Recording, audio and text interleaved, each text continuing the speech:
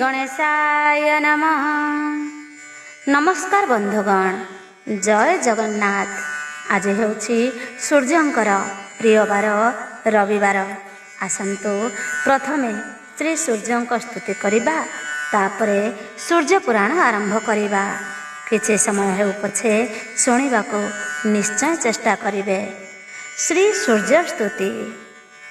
जय जय आदिदेव, जय निराकार, जय जय सहस्रांशु, जय दिवाकर, धवलम्बुजधर,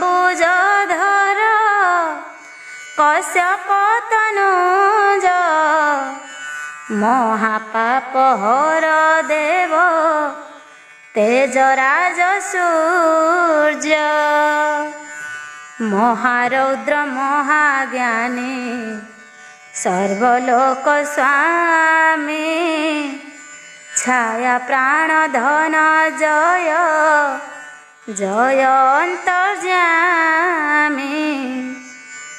कोटि तेज राशि घेनी, दिशुछ सुंदर, तिमिर विध्वंसी प्रतिभा, अनंत भास्कर, बनज कुसुम सम, श्रीअंग सुषमा, स्वतः प्रदीप्त तनु, नाही ता उपमा, कंठे हार कर्णे स्वर्ण, कुंडल शोभित, बहु अछि कुंडलरु अमृत निरत, जय देव देव जय, आदित्य हृदय, जय जय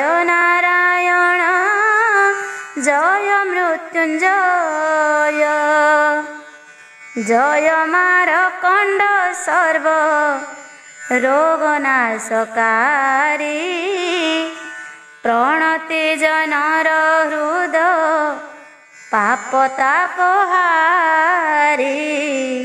जय दिनेश पद्मेश, सुरेश हृदेश, किबर्णी विरूप राशि, अनंत शेष, लोहित चंदनाधि, ग्रह कुलपति, विरंची नारायण हे, घेनम विपत्ति, जय कोणार्क बिहारी, अर्कर विभानु, जय दीननाथ जय, कश्यपंक सूनु, रविवार एकादशी, रवि नारायण, नामे ख्यात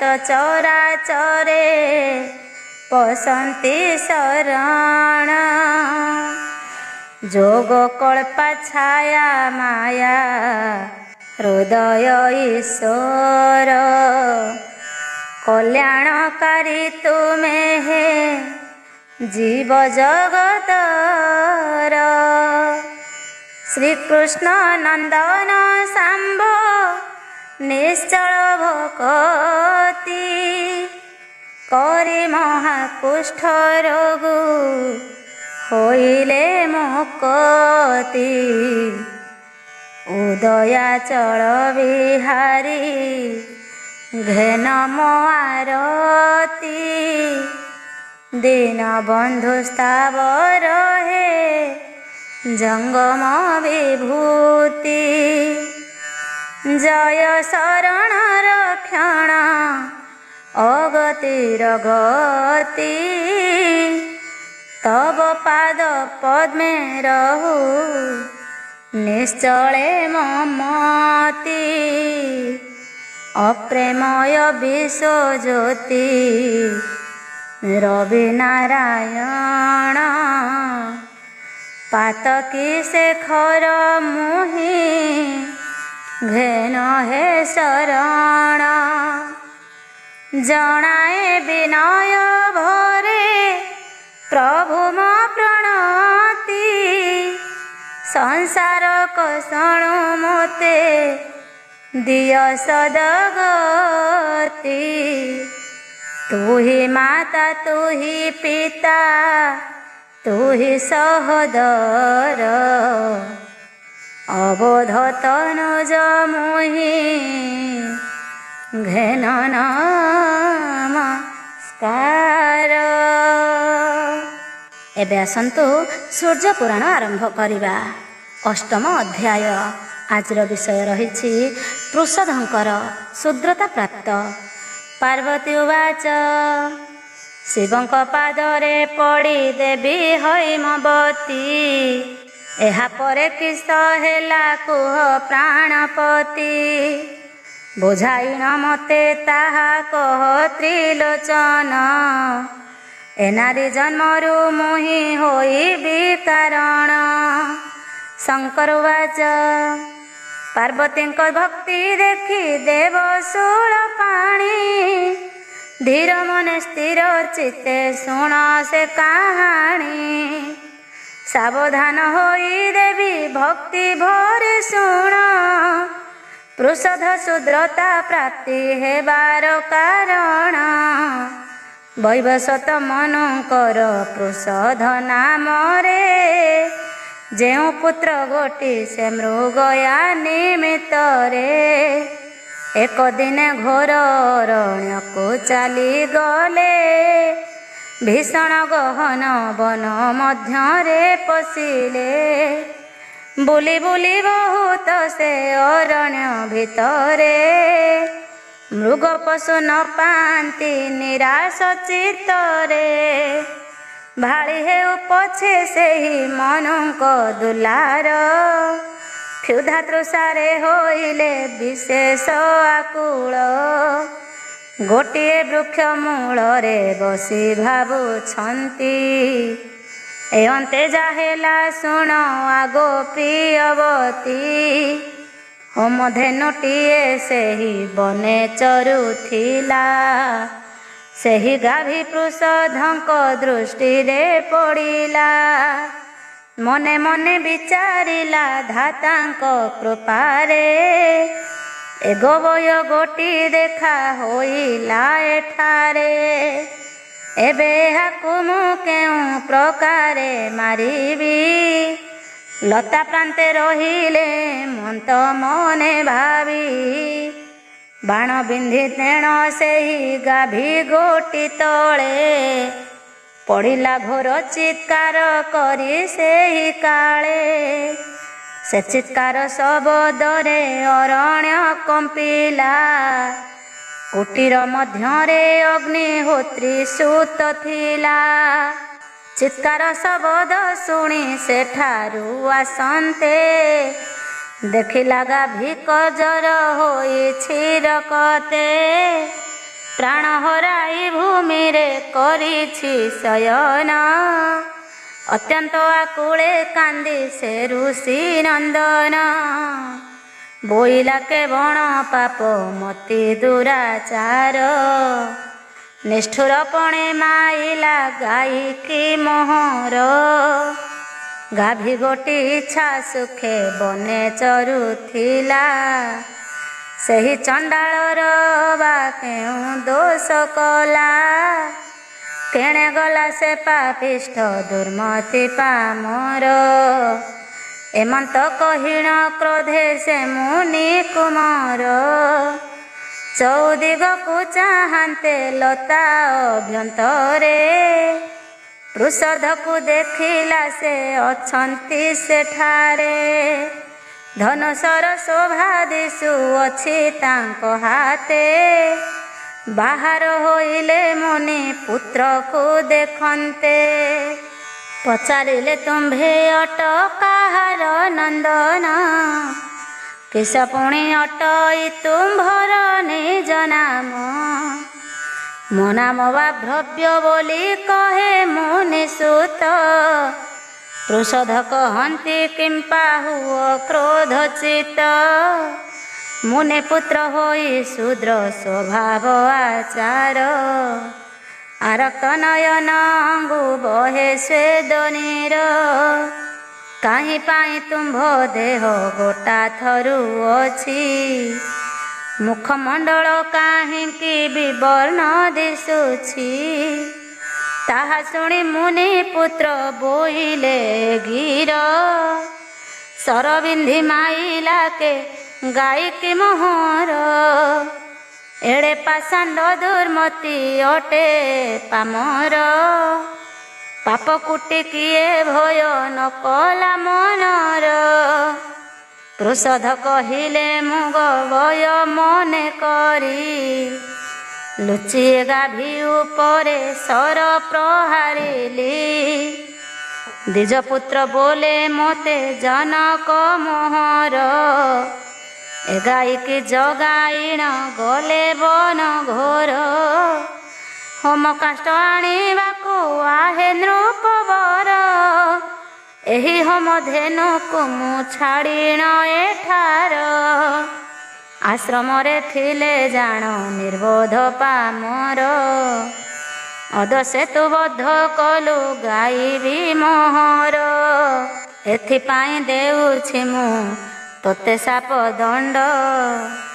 ଆଜିଠାରୁ ତୁ ହି ଶୂଦ୍ର ହୁଅ ରେ ପାଷାଣ୍ଡ, ବେଦ ବେଦାଙ୍ଗ ସହିତେ କିଛି ନ ଆସିବ। କ୍ରିୟାକର୍ମ ସବୁ ତୋର କିଛି ନ ରହିବ।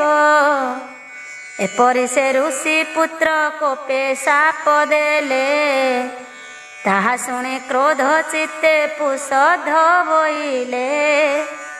ଏହା କଲୁ ଯାହା ତୁହିରେ ଋଷି ନନ୍ଦନ, ବ୍ରହ୍ମା କ୍ଷତ୍ରିୟ ଅଥବା ବେଶ୍ୟା ଠାରୁ ଜନ୍ମ। ହୋଇଥିବା ପୁତ୍ରର ଏ ଉଚିତ ନୁହଁ, ତା ପ୍ରତିଫଳ ମୁଁ ତତେ କ୍ଷଣି ଦେବଇଁ। ଏମନ୍ତ କହିଣ ରାଜା ହସ୍ତେ ଜଳ ଘେନି, ଅଭିଶାପ ବିହିବାକୁ ପାଞ୍ଚନ୍ତେ ସେ କ୍ଷଣି। ତା ଦେଖି ଋଷି ନନ୍ଦନ ପୁଣି କୋପ ଚିତ୍ତେ, ରାଜାଙ୍କୁ ବଧିବା ପାଇଁ ଉଦ୍ୟତ ହୁଅନ୍ତେ।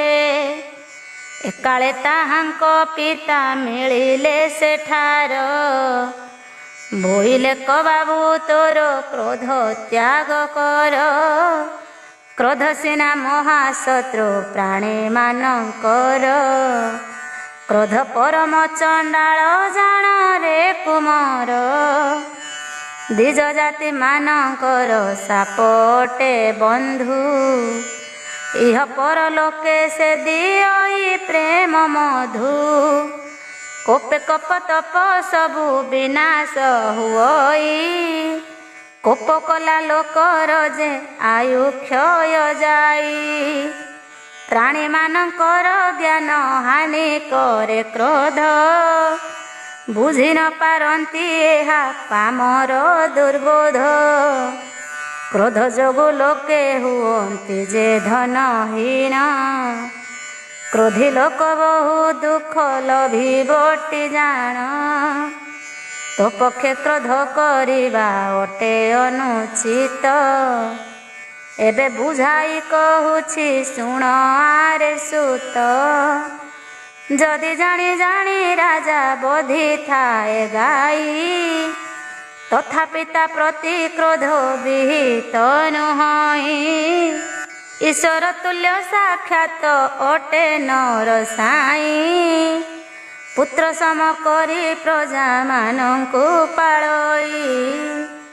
ସେବା ଯାହାକୁ ମାରିବ କେ ରଖିବ ତାକୁ, ରାଜ୍ୟର ପାପ ପୁଣ୍ୟଟି ତାହାରି ମୁଣ୍ଡକୁ। ଯଦ୍ୟପି ନ ଜାଣି ରାଜା ମାରିଅଛି ଗାଈ, ତେବେ କଦାପି ତାଠାରେ ଦୋଷ ହେବ ନାହିଁ। ଯେଣୁ ତାହାଙ୍କର ମନେ ପାପ ନ ଛୁଇଁଛି, ତେଣୁ ସେ ନିର୍ଦ୍ଦୋଷ ବୋଲି ଜାଣିଥାଅ ବଛି। ଦୟା ଠାରୁ ବଳି ଧର୍ମ ନାହିଁ ଏ ସଂସାରେ। ଦୟାଳୁ ପ୍ରାଣୀମାନେ ଯେ ଯାଆନ୍ତି ସ୍ୱର୍ଗପୁରେ। ମୁନିଙ୍କ ବଚନ ଶୁଣି ପୃଷଧ ନୃପତି ତାହାଙ୍କ ଚରଣେ ନମି କଲେ ବିନତି। ଆହେ ମୁନି ବର ବଡ଼ ଅପରାଧ କଲି। ଗବୟ ଜ୍ଞାନେ ମୋହ ମଧେନୁକୁ ବଧିଲି। ଜାଣି ନ ପାରି ଏ ପାପ ରଜିଛି ମୁହିଁ। କ୍ଷମା କର ହେ ମୁନି ତନଇ। ତହୁଁ ମୁନି ପୁତ୍ର ଭାଷେ ଶୁଣ ନର ସାଇଁ। ଆଜି ଯାଏ କେବେ ମିଥ୍ୟା କହି ନାହିଁ ମୁହିଁ। ମୋର ବାକ୍ୟ କେତେବେଳେ ନ ହୋଇବ ଆନ। ପିତା ପୁତ୍ର ଏହା କହି ଗଲେ କୁଟିରେଣ। ପୃଷଧ ରାଜା ସେ ଦିନୁ ଶୂଦ୍ର ବୋଲାଇଲେ। ବ୍ରହ୍ମଶାପ ଅନ୍ୟଥା ନହଇ କେତେବେଳେ। ଏହି ସୂର୍ଯ୍ୟ ପୁରାଣ ଯେ ପରମ ପଦାର୍ଥ। ଯାହା ଶ୍ରବଣରେ ପ୍ରାଣୀ ଲୋଭଇ କୃତାର୍ଥ। ଇତି ଶ୍ରୀ ସୂର୍ଯ୍ୟପୁରାଣେ ହରଉମା ସମ୍ବାଦେ ପୃଷଧ ରାଜା ଶୂଦ୍ରତା ପ୍ରାପ୍ତି କଥନମ୍ ନାମ ଅଷ୍ଟମ ଅଧ୍ୟାୟ। ନବମ ଅଧ୍ୟାୟ ନାଭାଗଙ୍କ ଚରିତ। ପୁଛନ୍ତି ଗୌରୀ ଶୁଣ ଆହେ ପ୍ରାଣନାଥ। ଏଥୁ ଅନ୍ତେ କିସ ହେଲା କୁହ ସେ ଚରିତ। ତବ ମୁଖ ଶୁଣିଲେ ମୁଁ ହୋଇବି ପବିତ୍ର। ଏ ଦାସୀର ନିବେଦନ ଘେନ ବାରେନାଥ। ଶିବ ଉବାଚ ପାର୍ବତୀ ଦେବୀ ବିନୟ ବଚନକୁ ଶୁଣି। ଭାବେ ଗଦ ଗଦ ହୋଇ ବୋଲେ ଶୂଳ ପାଣି। ଶୁଣ ଶୁଣ ପାର୍ବତୀ ଗୋ ନାଭାଗ ଚରିତ। ଅତି ମନ ଦୁଃଖେ ସେ ପୃଷଧ ନରନାଥ। ନିଜ ନଗରେ ଆସୀନ ପରବେଶ ହେଲେ। ମନ୍ତ୍ରୀ ଅମାନ୍ୟକୁ ସେ ସବୁ କହିଗଲେ। ଶୂଦ୍ର ଆଚରଣ କଲେ ରାଜ୍ୟଚ୍ୟୁତ ହୋଇ। ସେହି ଦିନୁ ଅରାଜକ ହୋଇଲା ସେ ମହି। ଦେଶ ପ୍ରଜାମାନେ ବହୁତ ସେ ଭାଳି ହେଲେ। ସେହି ଦିନୁ ଅରାଜକ ହୋଇଲା ସେ ମହି। ନାଭାଗକୁ ରାଜା କରିବାକୁ ବିଚାରିଲେ। ରାଜସିଂହାସନେ ବସାଇଣ କଲେ ପୂଜା। ପରମ ସୁଖେ ନାଭାଗ ପାଳିଲେ ପରଜା। ନବଯୁବକ ଅତ୍ୟନ୍ତ ସୁନ୍ଦର ସେ ଜାଣି। ଦିନେ ପୁଷ୍ପ ବନେ କରୁଥିଲେ ସେ ଭ୍ରମଣ। ଏବେ ସେ କନ୍ୟା ଅତି ପରମା ଯେ ସୁନ୍ଦରୀ। ଯୋଗେ ଆସୁଥିଲା ସେ ଯୁବତୀ ସ୍ନାନ ସାରି। ରାଜମାର୍ଗେ ଧୀରେ ଧୀରେ ଯାନ୍ତେ ସେ ତରୁଣୀ। ଉଦ୍ୟାନେ ଥାଇ ଦେଖିଲେ ତାକୁ ନୃପମଣି। ମନେ ଭାବିଲେ ଅଟେ ଅପୂର୍ବ ସୁନ୍ଦରୀ। ହୋଇବ କିଏ ବା ଏହି ସ୍ୱର୍ଗ ଅପସରୀ। କିଏ ବା ହୋଇବ ବିଦ୍ୟା ଧରିବା କିନରୀ। କିଏ ବା ଧାତା ନିର୍ମିତ ଏ ସୁବର୍ଣ୍ଣ ନାରୀ। ରୂପରେ କାନ୍ତିରେ ତ ଅତି ଅନୁପମା। ଏହାର ଛବି କି ମୁହିଁ କି ଦେବି ଉପମା। ମତ ଗଜ ଗମନିଏ ଅଳପ ବୟସୀ। ଘନ କୁଟିଳ କୁନ୍ତଳା ଚାରୁ ମଦାଳସୀ। ଏହା ଠାଣି ଚାତୁରୀକି ଦେଖିଲେ ପୁରୁଷ। ବଳେ ପାଦ ତଳେ ବିକି ହୋଇ ଜୀବ ଦାସ। କି ଶୋଭା ଦିଶୁଛି ଏହା ଚନ୍ଦ୍ରମା ବଦନ। ବଣ କୁରଙ୍ଗୀ ପରାୟ ଯୁଗଳ ନୟନ। ମନ୍ଦ ମନ୍ଦ ହାସ ପୁଣି ତେରେ ଛେ ଚାହାଣୀ ଦନ୍ତପନ୍ତେ ଶୋଭା ପାଏ କୁନ୍ଦ ପୁଷ୍ପ ଜିଣି ତିଳ କୁସୁମକୁ ଜିଣି ନାସା ମନୋହର ପାଟଳ ପୁଷ୍ପକୁ ନିନ୍ଦେ କର୍ଣ୍ଣ ଦୁଇ ତାର ଚନ୍ଦ୍ର ଖଣ୍ଡ ଖଣ୍ଡ ଭୁରୁ ଧନୁ ସୁଶୋଭିତ ଅଧର ଦିଶଇ ଜବା ବଧୂଲି ଆରତ ପୃଷ୍ଠ ଦେଶରେ ଲମ୍ବିଛି ମନୋହର ବେଶୀ କିଅ ବା ଅଟଇ ସେ ମଦନ କାଳ ଫଣି ମନ୍ଦରକୁ ନିନ୍ଦା କରେ ଉରଜ ଯୁଗଳ ନାଭି କଟି ନିତମ୍ବତା ଅତ୍ୟନ୍ତ ମଞ୍ଜୁଳ ଉଲଟ ରମ୍ଭାକୁ ଜିଣି ଜାନୁ ଦୁଇ ଗୋଟି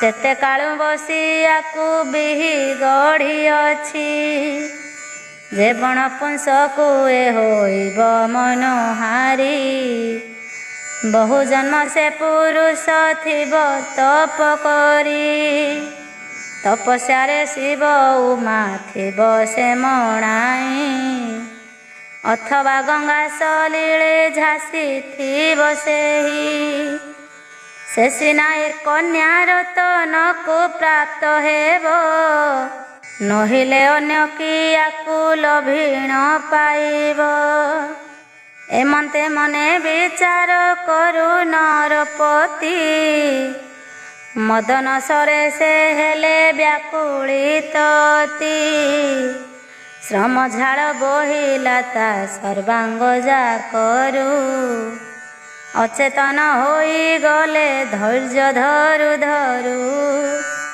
ସେହି କ୍ଷଣି ଆସୀନ ଭୃତ୍ୟକୁ ପଚାରିଲେ ବୈଶ୍ୟର ଭୁବନେ ଯାଇ ନୃପତି ମିଳିଲେ ବୋଇଲେ ବୈଶ୍ୟକୁ ଚାହିଁ ଶୁଣ ମୋ ବଚନ ତୋ ଘରେ ଅଛି ଯେ ବଣ ଯୁବତୀ ରତନ ସୁପ୍ରଭା ନାମ ତାହାର ତୁମ୍ଭ କନ୍ୟା ସେହି ମୋହର ନୟନ ପଥେ ନିରତେ ନାଚଇ ତାକୁ ମୋତେ ଦେଇ କରି ରଖ ଏ ଜୀବନ ଘେନ ଘେନ ବଣି କହେ ମୋର ନିବେଦନ ଏପରି ବିନୟ ଭାବେ କହିଲେ ଅନେକ ରାଜା ବଚନେ ଆଶ୍ଚର୍ଯ୍ୟ ହୋଇଲେ ବଣିକ ବୋଇଲା ହୋ ରାଜା ତୁମ୍ଭେ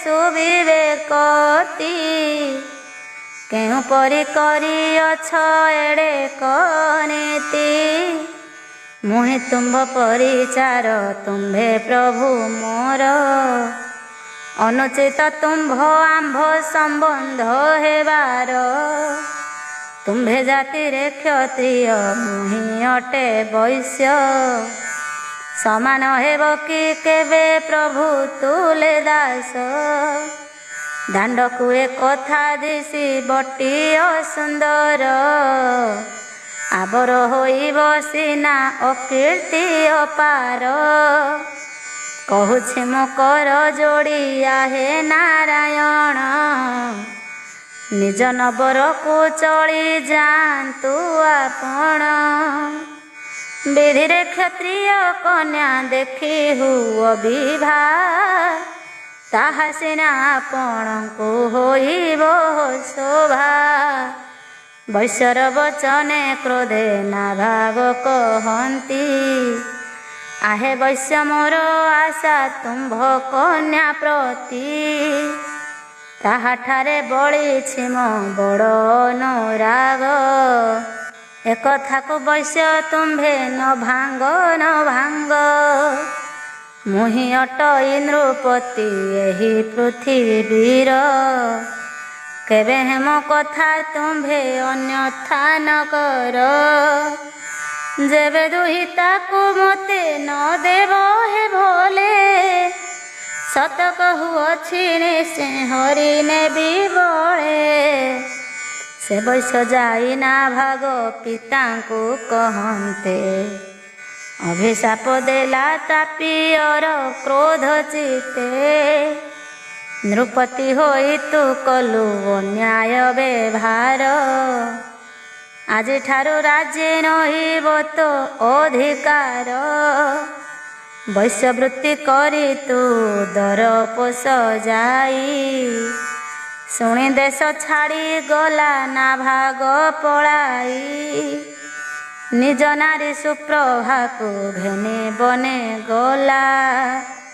ଫଳମୂଳ ଭକ୍ଷଣ ସେ ଉଦର ପୋଷିଲା। ଇତି ଶ୍ରୀ ସୂର୍ଯ୍ୟପୁରାଣେ ଶିବଉମା ସମ୍ବାଦେ ନାଭାଗ ରାଜା ଚରିତ ବର୍ଣ୍ଣନେ ନାମ ନବମ ଅଧ୍ୟାୟ। ଦଶମ ଅଧ୍ୟାୟ ପ୍ରମତି ଶାପ।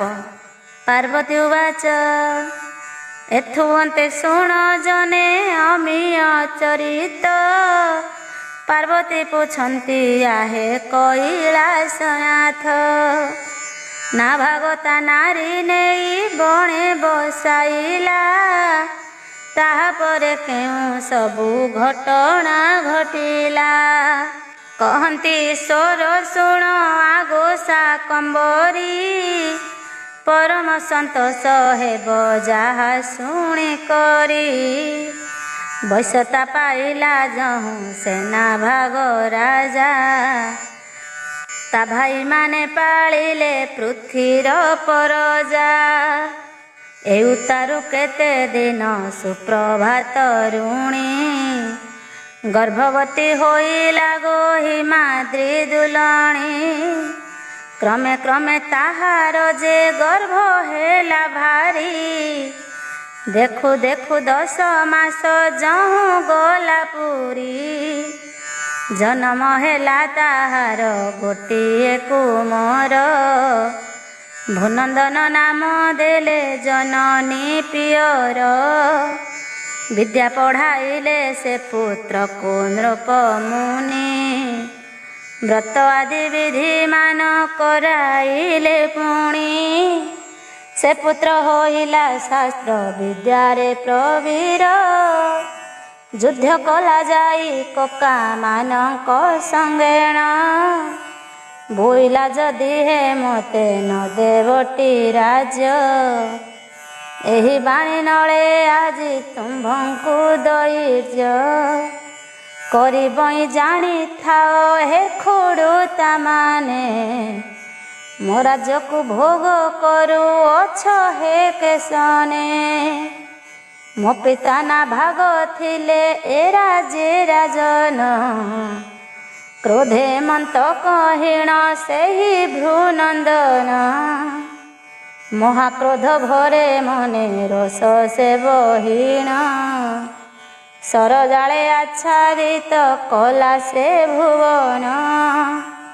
ଭয়ে ତା ଖୁଡ଼ୁତା ମାନେ ସେ ରାଜ୍ୟ ଛାଡ଼ିଲେ। ଭୂନନ୍ଦନ ଯାଇ ପିତା ଆଗରେ କହିଲେ। ଓ ପିତା ରାଜ୍ୟରେ ଏବେ ହୁଅନ୍ତୁ ରାଜନ। ନିଶ୍ଚିନ୍ତରେ ତ୍ୟାଗ କରି ଏହି ଘୋର ବନ। ନାଭାଗ କହିଲେ ବତ୍ସ ନୁହଁ ଏ ସନ। ରାଜା ହୋଇ ବଳାତ୍କାରେ ହରି କନ୍ୟା ରତ୍ନ। ସେହି ଦୋଷୁ ପିତା ମୋତେ ରାଜୁ କଲେ ଦୂର। ନୃପତି ହେବା ଉଚିତ ନୁହଁ ମୋର। ତୁ ନୃପତି ହୋଇ ରାଜ୍ୟ ପାଳରେ ସୁତ। ନ ପାରିଲେ ଜ୍ଞାତି ଜନେ କରିଦିଅ ଦତ୍ତ। ଏମନ୍ତ ଶୁଣି ସୁପ୍ରଭା କହେ ହସି ହସି। ରାଜେ ରାଜା ହେବା ପାଇଁ କିମ୍ପା କର ନାସ୍ତି। ତୁମ୍ଭେ କେନେ ବୈଶ୍ୟ ହେଇ କହ ପ୍ରାଣନାଥ। ବୈଶ୍ୟ କୂଳେ ମୁଁ ତ ହୋଇ ନାହିଁ ହେ ସମ୍ଭୂତ। ମୁଁ କ୍ଷତ୍ରିୟ ବଂଶ କନ୍ୟା ତୁମ୍ଭେ ତ କ୍ଷତ୍ରିୟ। ସୁଖେ ନିଜ ରାଜ୍ୟ ଯାଇ ହୁଅ ନର ରାୟ। ସେ ପୂର୍ବ ଚରିତ ଏବେ କହୁଅଛି ଶୁଣ। ଏକ ନରପତି ଥିଲେ ସୁଦେବ ରାମେଣ। ନଳଙ୍କର ସଖା ସେହି ଧୁମାସ ନନ୍ଦନ, ସଖା ସଙ୍ଗ ବିନେ ସେହୁ ନ ଭୁଞ୍ଜନ୍ତି ଅନ୍ନ। ପ୍ରାଣରୁ ଅଧିକ କରି ତାଙ୍କୁ ମଣିଥାନ୍ତି, ଏକ ଦିନର କଥାଟି ଶୁଣ ପ୍ରାଣପତି। ଦିନେ ସେ ବସନ୍ତ କାଳେ ସେହି ନୃପମଣି, ନିଜ ରାଜ୍ୟ ମହିଷାମାନଙ୍କୁ ସଙ୍ଗେ ଘେନି, ପୁଷ୍ପ ଉଦ୍ୟାନରେ କରୁଅଛନ୍ତି ବିହାର। ନଳ ନାମଧାରୀ ସଖା ଅଛନ୍ତି ସଙ୍ଗର, ଏ ଉତ୍ତାରୁ ଶୁଣ ନାଥ ପୂର୍ବ କାହାଣୀ। ନାନାବିଧ ହାସ୍ୟର ସେ ସେହି ନୃପମଣି, ଗାନ ବାଦ୍ୟ ନୃତ୍ୟ କାଳ ହରିଲେ କଜାଣ।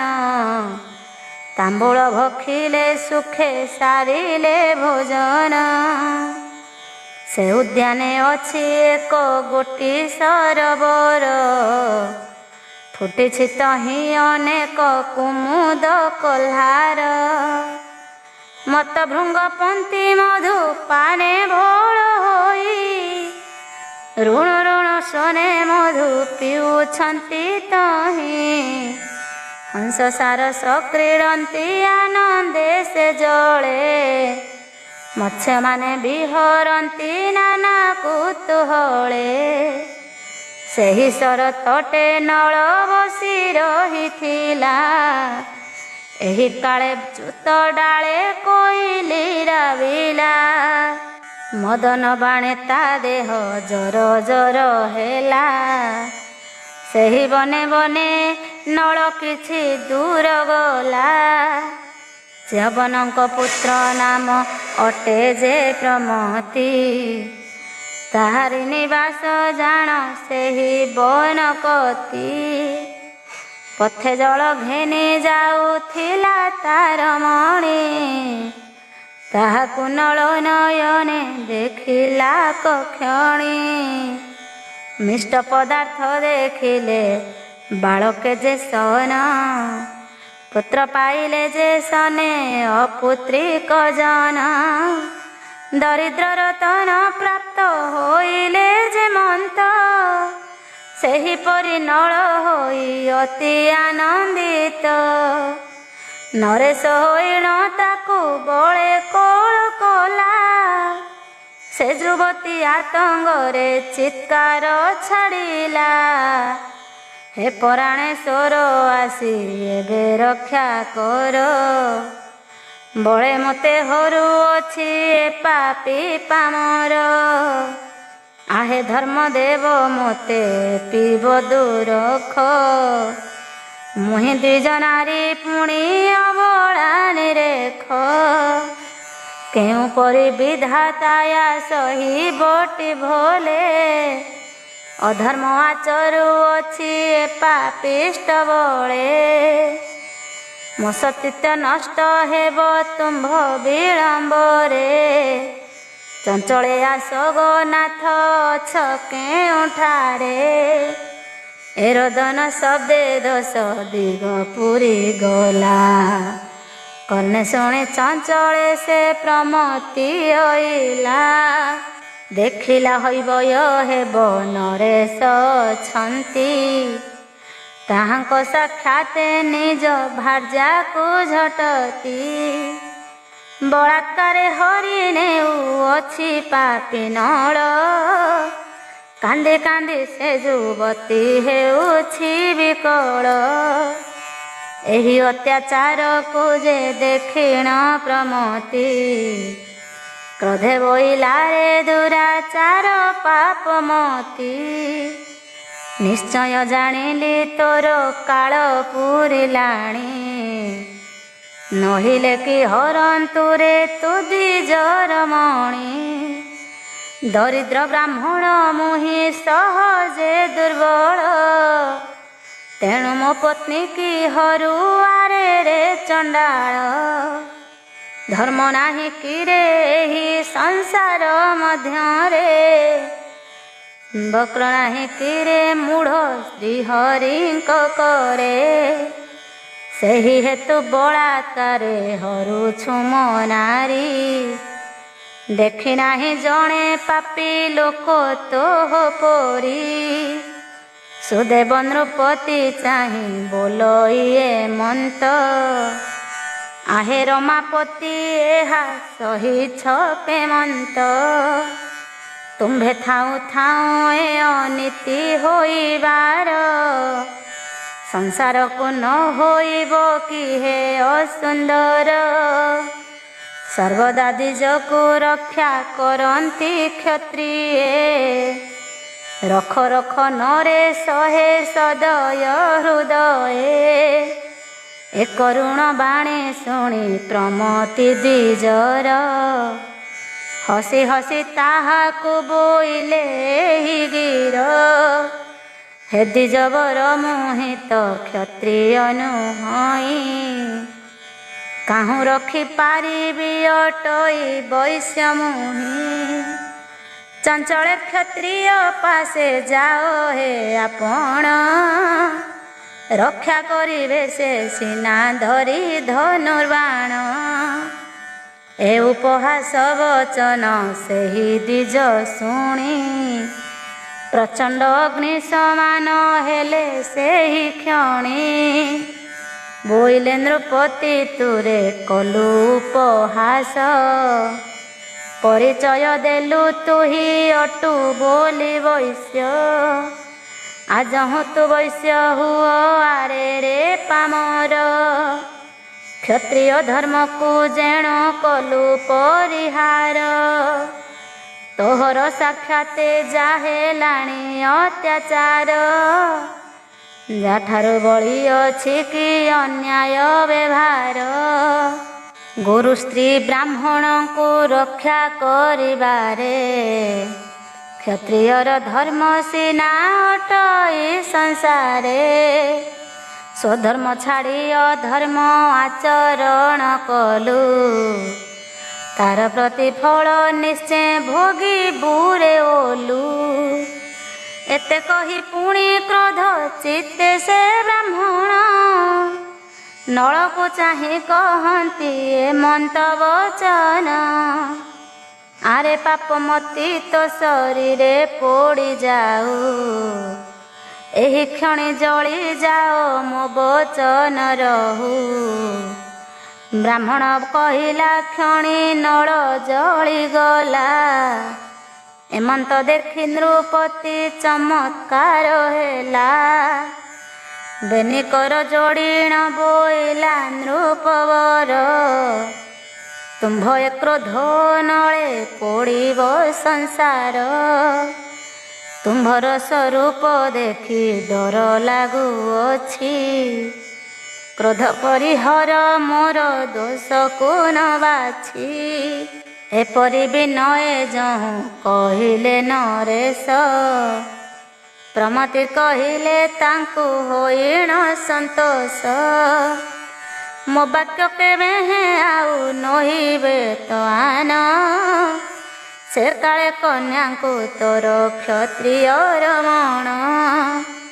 ହରିବ ସେ କାଳେ ତୁହି ସାପୁ ହେବୁ ମୁକ୍ତ।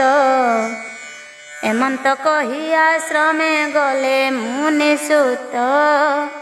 ଇତି ଶ୍ରୀ ସୂର୍ଯ୍ୟପୁରାଣେ ଶିବ ଉମା ସମ୍ବାଦେ ପ୍ରମତି ଦ୍ୱିଜଙ୍କ ଶାପ କଥନେ ନାମ 10ମ ଅଧ୍ୟାୟ। 11ଶ ଅଧ୍ୟାୟ ସୁପ୍ରଭାର ଜନ୍ମଚରିତ। ପାର୍ବତୀ ଉବାଚ ଏଥୁଅନ୍ତେ ପାର୍ବତୀ ଯେ ଶଙ୍କରଙ୍କୁ ଚାହିଁ। ପଚାରିଲେ ପୁଣି ହୋଇ ଅତ୍ୟନ୍ତ ବିନୟୀ। କହ କହ ପ୍ରାଣନାଥ ହୋଇଣ ପ୍ରସନ୍ନ। ସୁପ୍ରଭା ଜନ୍ମ ଚରିତ ଆହେ ପ୍ରାଣଧନ। ଶୁଣିବାକୁ ବଳି ଅଛି ମୋହର ମାନସ। ମୋହର ସନ୍ଦେହ ଫେଡ଼ ଆହେ ଦିଗବାସ। ତବ ଶ୍ରୀ ଚରଣ ତଳେ କରୁଛି ଦଇନି। କୃତାର୍ଥ ହୋଇବି ତବ ଶ୍ରୀମୁଖକୁ ଶୁଣ।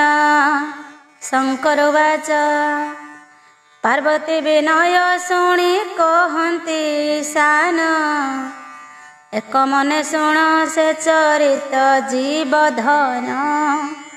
ସୁପ୍ରଭା ଯୁବତୀ ଯା କହିଲା ପତି ଆଗେ, ତାହା ପ୍ରକାଶ କରୁଛି ତୁମ୍ଭ ଅନୁରାଗେ।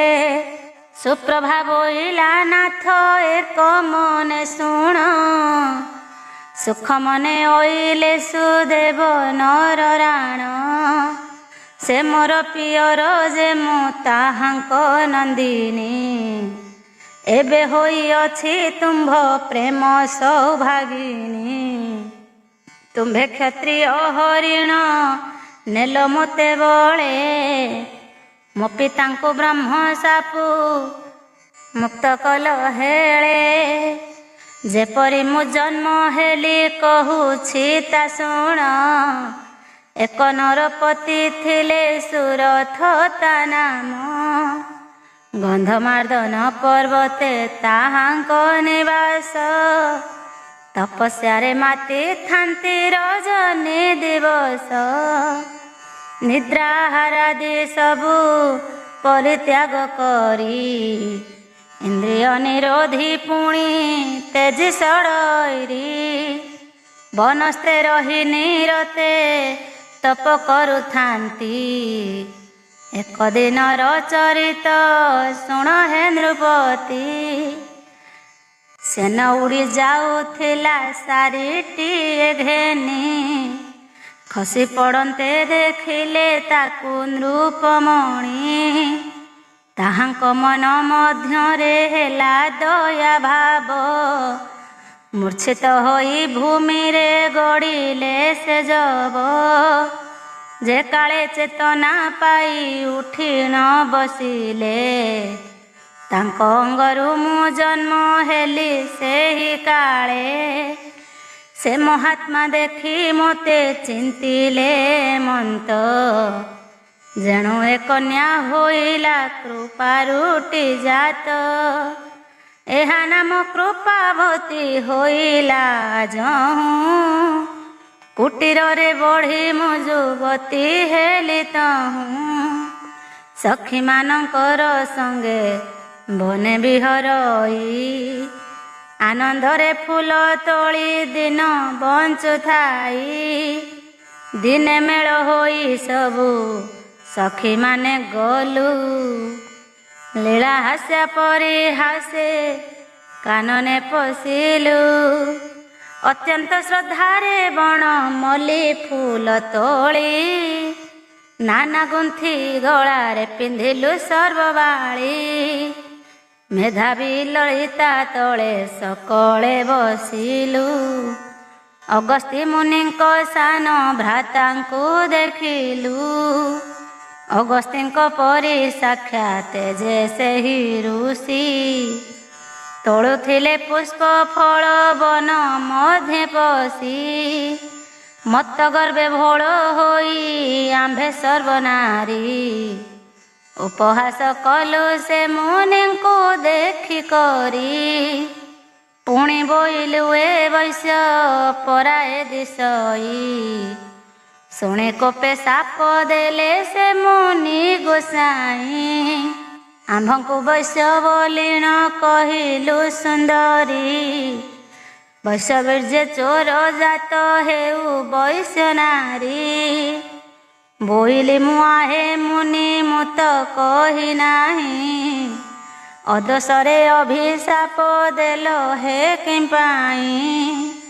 ଏମନ୍ତ କହି ତାହାଙ୍କ ଚରଣେ ନମିଲି, ସେ ତପିବର ହୋଇଲେ କୃପା ଜଳ ଢାଳି।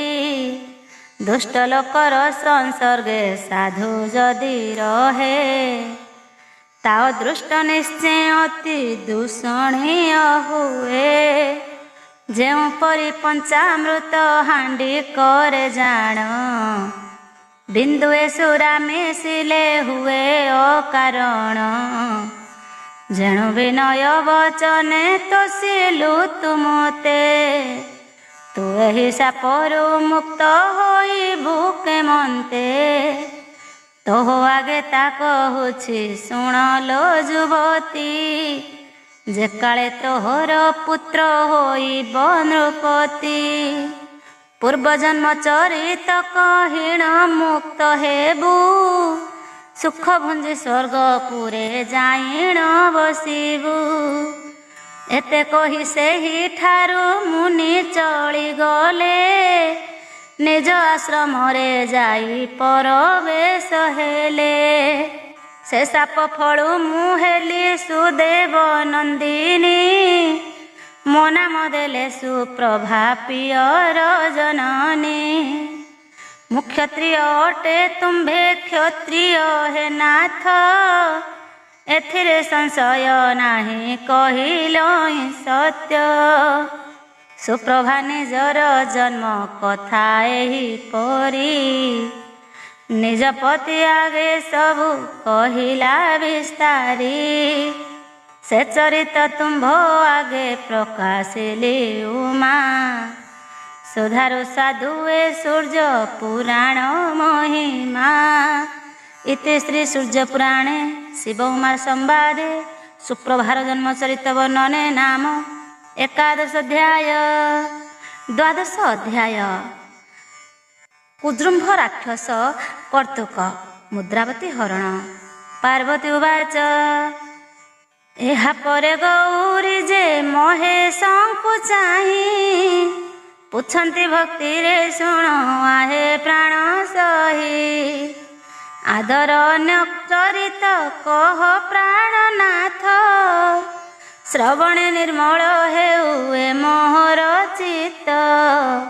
ଶଙ୍କର ଉବାଚ, ସନ୍ତୋଷେ ବୋଇଲେ ଶିବ ଶୁଣ ଭଗବତୀ, ରାଜ୍ୟରେ ନା ଭାଗ ହେଲେ ନାହିଁ ନରପତି। ପ୍ରିୟାକୁ ବୋଇଲେ ସଖୀ ଯା କହିଲ ସତ, କିନ୍ତୁ ପିତୃବାକ୍ୟ ମୋର ଜାଣ ଅଲଙ୍ଘିତ। ପିତାଙ୍କର କଥା ପ୍ରତି ପାଳିବି ଅବଶ୍ୟ, କେବେ ହେ ପୃଥିରେ ନ ହୋଇବି ନରଈଶ। ରାଜ୍ୟରୁ ବାହାର କରି ଦେଇଛନ୍ତି ତାତ, ପୃଥିରେ ତୁ ଯାଇ ରାଜା ହୁଅ ଆରେ ସୁତ। ପିତାଙ୍କ ବଚନେ ଭୂନନ୍ଦନ ରାଜା ହେଲେ, ଜନପ୍ରଜାଏ ତା ପାଦ ତଳରେ ଖଟିଲେ। ଅତି ଧାର୍ମିକ ସେ ଜାଗ ଯଜ୍ଞ ହରେ ଦିନ, ସୁଖେ ରହିଲେ ରାଜ୍ୟରେ ତାର ପ୍ରଜାଗଣ। କିଛି ଦିନ ଅନ୍ତେ ଏକ ପୁତ୍ର ହେଲା ତାର, ବିଚିତ୍ର କାନ୍ତି ଆବର ଅତ୍ୟନ୍ତ ସୁନ୍ଦର। ତା ନାମ ବତ୍ସପ୍ରୀ ବୋଲି ବିଖ୍ୟାତ ହୋଇଲା, ସୌନନ୍ଦା ନାମେଣ ବିଦୁରଥ କନ୍ୟା ଥିଲା। ବିଦୁରଥ ସେ କନ୍ୟାକୁ ତାରେ ବିଭା ଦେଲେ, ଆନନ୍ଦରେ ପତି ପତ୍ନୀ କାଳ କଟାଇଲେ। ସକଳ ଗୁଣେ ନିପୁଣ ବତ୍ସ ପ୍ରିୟଟଇ, ପତିବ୍ରତା ସୌନନ୍ଦା ତା ଚରଣେ ଖଟଇ। ଏ ଉତ୍ତାରୁ ଶୁଣ ପ୍ରିୟେ ଅପୂର୍ବ କଥନ, ସେହି ବିଦୁରଥ ଅଟେ ପୃଥ୍ୱୀର ରାଜନ। ତା ବୀର୍ଯ୍ୟ ଜନମ ହେଲେ ଯୋଡ଼ିଏ କୁମାର, ସୁନୀତି ସୁମତି ବୋଲି ନାମ ତାହାଙ୍କର। କନ୍ଦର୍ପ ସମାନ ଦୁହେଁ ବଡ଼ଇ ସୁନ୍ଦର, ରୂପ ଗୁଣେ ତାହାଙ୍କୁ କି ଦେବା ପଟାନ୍ତର। ଦିନେ ବିଦୁରଥ ନୃପ ମୃଗୟା ନିମନ୍ତେ, ନିବିଡ଼ ଅରଣ୍ୟ ଗଲେ ଆନନ୍ଦିତ ଚିତ୍ତେ। ଘୋର ବନେ ପଶି ପଶୁ ମାନଙ୍କୁ ଖୋଜିଲେ, ଯାଉଁ ଯାଉଁ ବନେ ଏକ ବିବର ଦେଖିଲେ। ଅତ୍ୟନ୍ତ ଦୀର୍ଘ ସେ ପୁଣି ପ୍ରସାର ବିଶେଷ, ତାହା ଦେଖି ମାନସରେ ଭାଳିଲେ ନରେଶ। କାହୁଁ କିପରି ଜାଣିବି ଏହାର ବୃତ୍ତାନ୍ତ, କାହାଠାରୁ ଶୁଣିବି ଏ ଗର୍ଭର ଚରିତ, ଏହି ଗର୍ତ୍ତ ଗୋଟି ନିଶ୍ଚୟ ପାତାଳ ଭେଦିଛି। ସମ୍ପୂର୍ଣ୍ଣ ଭାବରେ ମୋତେ ଜଣାଯାଉଅଛି। ଶୁଣ ପ୍ରିୟ ଏହି କାଳେ ଏକ ଆଚମ୍ବିତ, ଦେଖିଲେ ବନରୁ ଆସୁଛନ୍ତି ତପୋବନ୍ତ। ସୁବ୍ରତ ବୋଲି ଅଟଇ ତାହାଙ୍କର ନାମ, ତାଙ୍କୁ ନରପତି କଲେ ବିନୟ ପ୍ରଣାମ। ପଚାରିଲେ ସେ ଗର୍ତ୍ତର ବିବରଣ ଯାଇ, ଆହେ ମୁନିବର କହ କହ କରି ଠିକ, ଯେଣୁ ତୁମ୍ଭେ ସର୍ବଜ୍ଞ ପୁରୁଷ ତପିବର। ସେ କାରଣ ପଚାରୁଛି ଏହାର ଉତ୍ତର, ଦୟା ଚିତ୍ତେ କହି ମୋ ସଂଶୟ ଦିଅ ଫେଡ଼ି। ଦଇନି କରୁଛି ତବ ପାଦ ତଳେ ପଡ଼ି, ମହାଭୟଙ୍କର ଦିଶୁଅଛି ଏହି ଗର୍ତ୍ତ। ତାହା ଶୁଣି ଆନନ୍ଦିତେ କହିଲେ ସୁବ୍ରତ, ଆହେ ନରପତି ତୁମ୍ଭେ ଅବଣୀଶ୍ୱର, ଏ ମହିମଣ୍ଡଳ କି ତୁମ୍ଭଙ୍କୁ ଅଗୋଚର। ରସାତଳେ ଏକ ଦୈତ୍ୟ କରିଅଛି ବାସ, ଏହି ବିବରଟି ସେ ପୁରର ଦ୍ୱାର ଦେଶ। ଏବାଣେ ସେହି ଅସୁର ପୃଥିକିଆ ସଇ, ତା ସମ ବଳିଷ୍ଠ କେହି ସଂସାରରେ ନାହିଁ। ଏ ମହିକି ବିଜୃମ୍ବିତ କରିବାରୁ ସେହି, ତା ନାମକୁ ଜୃମ୍ଭ ଲୋକେ ବିଖ୍ୟାତ ଅଟଇ। ତିନି ପୁର ଲୋକେ ତାହା ବିଷୟ ଜାଣନ୍ତି, ତୁମ୍ଭଙ୍କୁ ଜଣା କେହ୍ନେ ଆସେ ନରପତି। ସୁନନ୍ଦ ମୂଷକ ଘେନି କୁଜୃମ୍ଭ ଦଇତ, ଏକା ହୋଇ ସେହୁ ଜୟ କଲା ତ୍ରିଜଗତ। ଅପାର ମହିମା ସେ ସୁନନ୍ଦ ମୂଷଳର, ବହୁଦିନ ବିଶ୍ୱକର୍ମା ଆପଣା ହସ୍ତର। ନିର୍ମାଣି ଥିଲେ ତାହାକୁ ଆହେ ଦଣ୍ଡଧାରୀ, ଏହି ଦୈତ୍ୟ ସେ ଅସ୍ତ୍ର ଗୋଟିକି ଚୋରି କରି। ନିଜ ଆୟତରେ ରଖି ହେଲା ଦିଗ୍ବିଜୟୀ, ସେ ମୂଷଳେ ଗର୍ତ୍ତକୁ ଖୋଳିଅଛି ସେହି। ଅକଳିତ ବଳ ତାର ଜାଣ ହେ ରାଜନ, କିଏ କଳି ପାରିବ ତା ଥାଟ କଳନ। ଏକ କୁଆରେ ଏକ ସେନାପତି ବଳବାନ, ଭୀଷଣ ଯୁଦ୍ଧ ଜାଣନ୍ତି ତା ସର୍ବସୈନ। ଦେବତାମାନଙ୍କୁ ଯେଣେ ସ୍ୱର୍ଗ ଜୁର କଲା, ପାତାଳରେ ବାସୁକୀକି ଭୃତ୍ୟ କରାଇଲା। ବହୁମୂଲ୍ୟ ପଦାର୍ଥ ଯେ ତାର ଘରେ ଜାଣ, ଯାହା ଦେଖି ନଥିବ ହେ ତୁମ୍ଭର ନୟନ। ହେ ନରେଶ ଏବେ ମୋତେ ଲାଗୁଅଛି ଡର, ଯେବେ ଦେଖିବଟି ସେହି ପାପୀ ନିଶାଚର। ଅନଳେ ରହି ଏ କ୍ଷଣି ଭକ୍ଷଣ କରିବ, ଗୋବ୍ରାହ୍ମଣ ମାଂସେ ମହାତୋଷ ସେ ଦାନବ।